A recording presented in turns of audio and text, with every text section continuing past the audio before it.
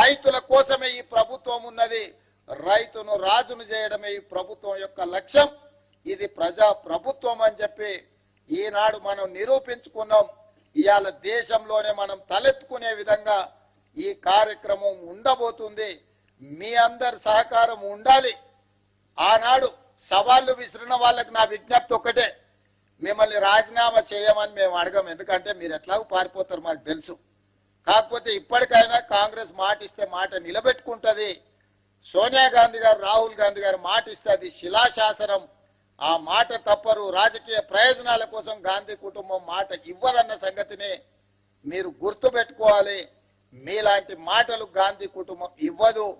ఈరోజు మనమందరం శ్రీ మల్లికార్జున్ ఖర్గే గారు, శ్రీమతి సోనియా గాంధీ గారు, శ్రీ రాహుల్ గాంధీ గారికి మీ అందరి తరఫున, తెలంగాణ రాష్ట్ర రైతాంగం తరఫున వారికి కృతజ్ఞతలు తెలియజేసే ఏకగ్రీవ తీర్మానం మనం ఈ సమావేశంలో ప్రవేశపెడుతున్నాం.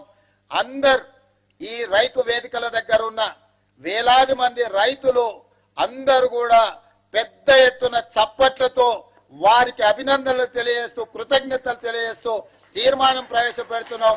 ఆ తీర్మానానికి అనుకూలంగా ఇక్కడున్న పెద్దలందరూ, అక్కడ రైతు వేదికలలో ఉన్న రైతులందరినీ కూడా ఆమోదించాల్సిందిగా, చప్పట్లు కొట్టాల్సిందిగా మీకందరికీ